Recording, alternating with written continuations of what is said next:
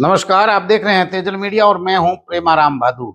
एक दिन पहले यानी 12 अप्रैल को देश के प्रधानमंत्री नरेंद्र मोदी जी बाड़मेर के एक दिवसीय दौरे पर आए। भाजपा के अधिकृत प्रत्याशी कैलाश चौधरी के समर्थन में आदर्श स्टेडियम बाड़मेर में बड़ी सभा उन्होंने की। इससे पहले नामांकन रैली हुई। सबसे पहले कैलाश चौधरी की, उसके बाद कांग्रेस प्रत्याशी आरएलपी समर्थित उम्मीदवार बेनीवाल की, उसके बाद शिव के विधायक और निर्दलीय लोकसभा का चुनाव लड़ रहे रविंद्र सिंह भाटी की सभाएं हुई नामांकन की। और अब बड़े नेताओं की अगर सभा माने तो भाजपा ने मोदी जी की यहाँ सभा करवाई है। कल की सभा में अगर भाषण की बात करें मोदी जी के, तो हमेशा के जो एजेंडे हैं उन्हीं पर बोले, लेकिन कहीं न कहीं रामदेव जी जो रामसा पीर है उनका जो जन्म है ऊंडू कश्मीर में हुआ, और भीखा राम जी जो शहीद है मूंड वो पता सर के हैं और जम्मू कश्मीर में शहीद हुए कारगिल के दौरान। ये बात मंच पर ही शायद कैलाश चौधरी ने मोदी जी को बताई थी, और उन्होंने बोलने में कश्मीर में जन्म का स्थान बताया, लेकिन लोग पूरे दिन उन पर जो है मीम बनाते रहे और मजाकिया अंदाज में लेते रहे। हालांकि एक जो बात है कैलाश चौधरी की भी सड़कों पर ट्रेन की, वहां भी जो है वंदे मातरम ट्रेन चलाने की, उस पर भी कंट्रोवर्सी हुई, क्योंकि ये दिन भर जो है लोगों के पास केवल इतना काम था। और साथ ही मानुष सिंह ने जब भाजपा ज्वाइन की और उन्होंने हाथ करके ऐसे इशारा किया, उस पर भी लोगों ने कहा कि लौटा रहे का ये संकेत है। और मानुष सिंह भाजपा में आते आते ही मंच से संकेत कर गए निर्दलीय विधायक रविंद्र सिंह भाटी के समर्थन में। यह दिन भर की लोगों की टिक्का टिप्पणी थी। लेकिन मोदी जी की सभा की अगर बात करें तो भाजपाई अच्छी खासी भीड़ जुटाने में सफल रहे। हालांकि भीड़ का पैमाना कार्यकर्ताओं से और आने वाले लोगों से तय होता है।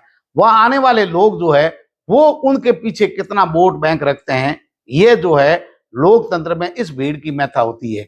आपके पास जितने वोट हैं सारे आप एक जगह इकट्ठे कर लो, और उनके पीछे अगर कोई नहीं है या धरातल पर कोई रणनीति नहीं है, तो फिर जो है इसी भीड़ को और वोटों में बदलना बड़ा मुश्किल होता है। क्योंकि ऐसे कई चेहरे थे जिनके पास अपार भीड़ थी, जैसे हनुमान बेनीवाल, चंद्रशेखर रावण जैसे कई लोग जो अलग अलग समय में लोग थे, सेलिब्रिटी के रूप में लोग उनका इंतजार करते थे। वैसे ही आज के समय की सेलिब्रिटी है रविंद्र सिंह भाटी, वैसी इनके पास भीड़ है। लेकिन वोटों में बदलेगी या नहीं बदलेगी, इसके लिए तो आपको 4 तारीख तक का इंतजार करना पड़ेगा। अब है मोदी जी की सभा की अगर बात करें तो मोदी जी ने मंच पर अच्छी खासी अपने समर्थकों की भीड़ थी, लेकिन यहाँ कई लोगों की जो वापसी हुई है पार्टी में या अन्य दलों से आए हैं, उनमें कहीं न कहीं क्षेत्रीय और जातीय संतुलन देखने को मिला। संत निर्मल दास जी कांग्रेस से चुनाव लड़े पचपदरा से, और कबीर आश्रम है उनका, बड़े संत है, उनकी भाजपा में जो है ज्वाइनिंग हो गई है। मानुष सिंह जी जो है जसवंत सिंह जसोल के पुत्र है, बड़े नेता रहे हैं जसोल परिवार। मानुष सिंह जी खुद यहाँ सांसद रहे, कांग्रेस में चले गए और झालरापाटर से चुनाव लड़ा, सेवाना से चुनाव लड़ा, 20 में सांसद का 19 का चुनाव लड़ा, और अब वापस है। यानी घर वापसी की जगह वो कह रहे हैं हमारे निवास स्थान पर पहुंच गया है जहां उनका परिवार रहता है। तो बड़े राजपूत चेहरे के रूप में मोदी ने स्ट्रोक लगाया है। देखने की बात होगी कि राजपूत समाज कितना जो है मानुष सिंह के साथ रहता है अथवा रविंद्र सिंह भाटी के साथ रहता है। विधानसभा चुनाव में स्वरूप सिंह खारा के साथ नहीं रहे, वही लोग रविंद्र सिंह भाटी के साथ रहे। अब अपने सजातीय बंधुओं को कितना साधने में सफल होंगे, ये तो देखने की बात होगी। वहीं जो है बलराम प्रजापत और राम सिंह बोथिया, ये जो है भाजपा के ही थे, और जब निर्दलीय चुनाव लड़ा जसवंत सिंह जसोल ने, तब ये हैं जसवंत सिंह जसोल के साथ चले गए थे। बाद में कांग्रेस ज्वाइन कर ली पिछले विधानसभा चुनाव में, और अब जो है मानुष सिंह के साथ वापस भाजपा में आ गए।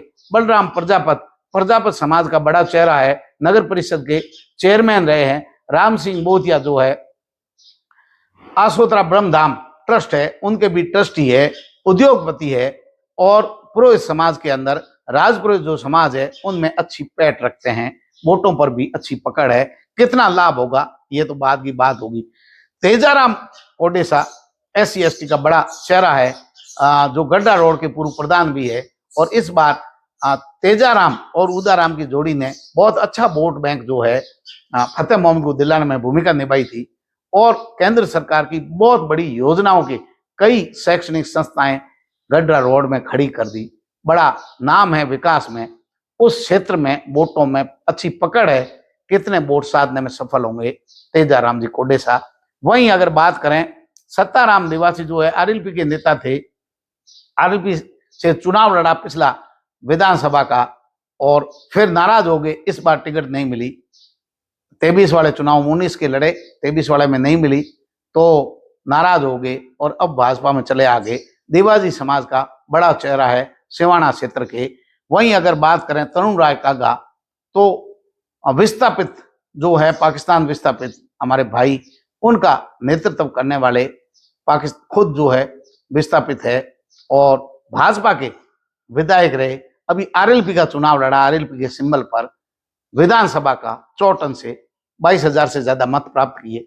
अब वो भाजपा में आ गए SC/ST का, और विस्थापितों का बड़ा चेहरा है, उस वोट बैंक पर अच्छी पकड़ मानी जाती है तरुण राय कागा की। ऐसे ही अगर देखा जाए तो जो सांगाराम जी जांगीड़ है, वो मूल OBC के चेहरे के रूप में IPS रहे हैं, अभी सेवानिवृत्त है। टिकट खुद मांग रहे थे, लेकिन टिकट नहीं मिलने के बाद में अज्ञातवास पारिवारिक कारणों से थे अथवा राजनीतिक अज्ञातवास था, वो भी मंच साझा किया और वापस मुख्य धारा में भाजपा के साथ लौट करके अब प्रचार कर रहे हैं। एक बड़ा जो चेहरा है वो है ललित के पवार, सेवानिवृत्त IAS जो है, विभिन्न पदों पर रहे, RPC के चेयरमैन रहे, वो भी मंच साझा किया और एक तरीके से भाजपा में लौट आए हैं। तो ये बड़े चेहरे जो थे कल, वो माननीय सिंह सहित ये चेहरे, और जातीय और क्षेत्रीय संतुलन जो है साधने का भी कल की मीटिंग में प्रयास किया। अब देखने की बात होगी कि कितना वोट बैंक, क्योंकि पार्टियां टिकट देती है जातीय नेताओं को, क्षेत्रीय नेताओं को, और ये दिखाने की कोशिश करती है कि अमुक समाज का, अमुक क्षेत्र का प्रतिनिधित्व ये पदाधिकारी करेगा। अब बात जो है वोटों के बिखराव को रोकने के लिए भाजपा ने एक एक वोट की गिनती करनी शुरू कर रही है।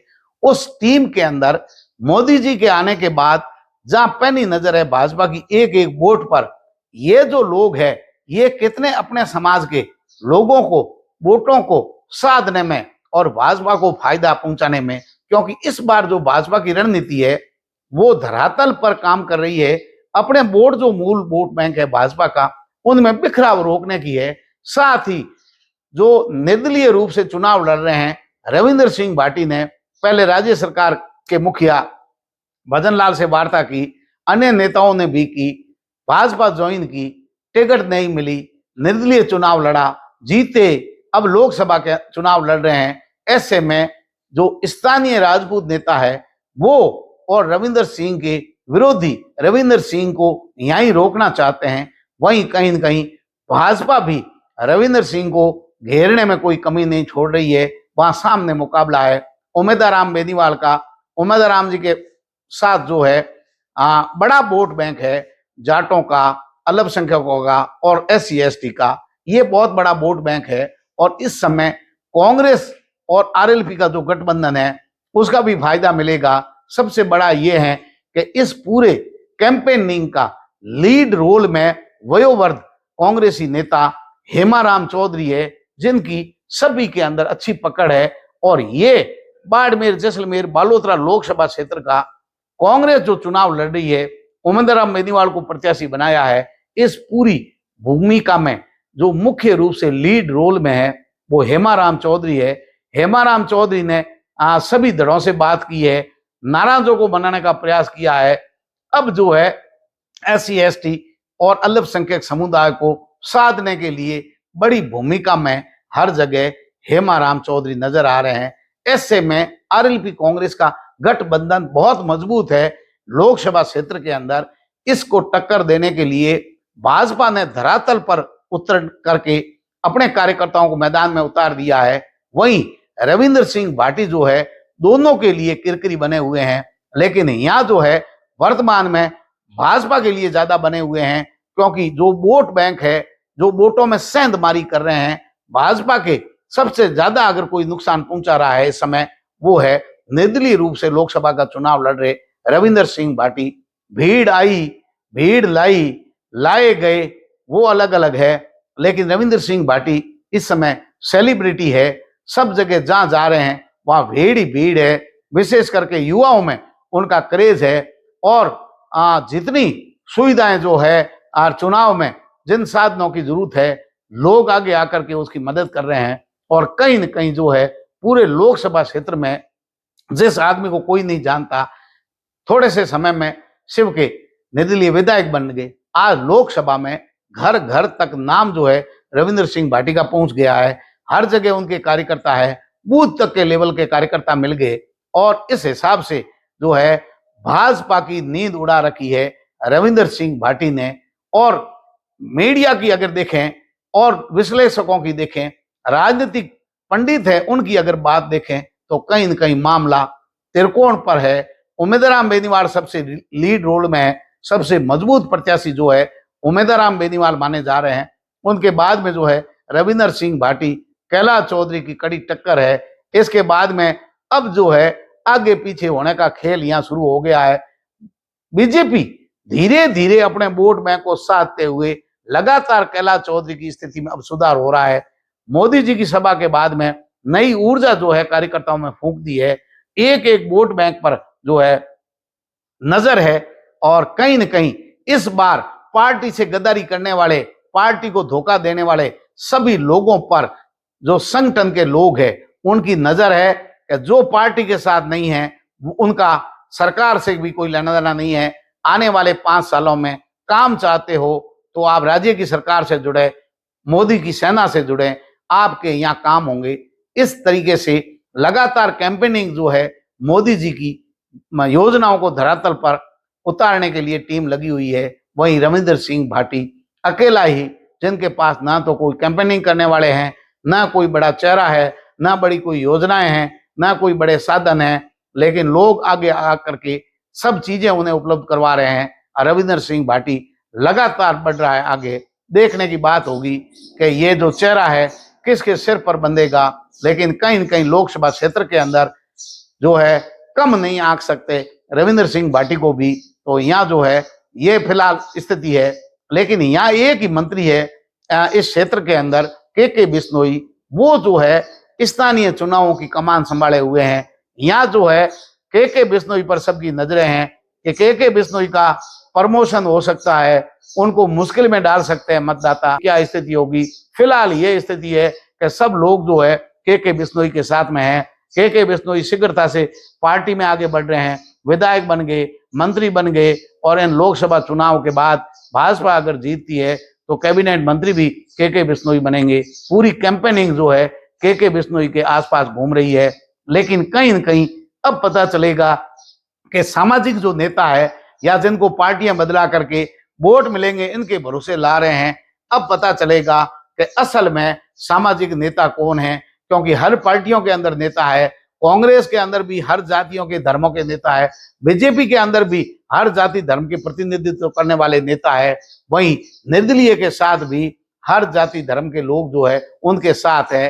अब जो आगे लोग चल रहे हैं, भले ही भाजपा में हो, भले ही कांग्रेस में हो, भले ही निर्दलीय के साथ हो, उनके पीछे उनका समाज कितना खड़ा है, वोट बैंक उनके साथ कितना है, हवाई वादे कर रहे हैं, थोथी घोषणाएं कर रहे हैं, थोथे भाषण दे रहे हैं, या वो समाज का प्रतिनिधित्व करते हैं, ये तो चुनाव बाद पता चलेगा, परिणाम के बाद पता चलेगा। लेकिन कहीं न कहीं जो है कांग्रेस के पास अनुभवी लोग है, भाजपा के पास रणनीति है, तो रविंदर सिंह भाटी के पास भीड़ है। हालांकि भीड़ की कोई परिभाषा नहीं है, उस भीड़ के अंदर जो लोग है रणनीतिकार काम करने वाले पर्दे के पीछे हैं। लेकिन इस तरीके की भीड़ जो है टिक्का टिप्पणी करने में भी कमी नहीं रखती, अराजकता फैलाने में भी कमी नहीं रखती। कहीं न कहीं ये जो चीजें हैं सोशल मीडिया पर, ये रविंदर सिंह भाटी के जो है कमजोर करने वाली ताकतें हैं। हो सकता है वो रविंदर सिंह भाटी को खिलाफ रणनीति तय करने वाले लोग हो, या ध्रुवीकरण की कोई न कोई रणनीति हो, लेकिन जिस तरीके की बयानबाजियां चल रही है, इन बयानबाजियों से रविंद्र सिंह भाटी का कोई फायदा नहीं होने वाला है। वो कौन लोग है बयानबाजी वाले, उनका ना तो खंडन आ रहा है, मौन स्वीकृति का मतलब है समर्थन भी हो सकता है, लेकिन कांग्रेस के अंदर बड़े अनुभवी लोग हैं और भाजपा की रणनीति है कैसे रविंद्र सिंह भाटी इस नई नवेली फौज के सारे इनसे मुकाबला करेंगे, ये देखने की बात होगी। लेकिन कहीं न कहीं रविंद्र सिंह भाटी को भी कम नहीं आंका जा सकता। कांग्रेस और आरएलपी बढ़त बनाए हुए हैं, भाजपा लगातार पीछा करते हुए वोट बैंक साध रही है और अब मुकाबले के अंदर आ गई है। भाजपा मुकाबले के अंदर कैलाश चौधरी लौट आए हैं, अब जो है कमर कस ली है। अगली रणनीति तक हमारे साथ बने रहिए, देखते रहिए तेजल मीडिया। नमस्कार।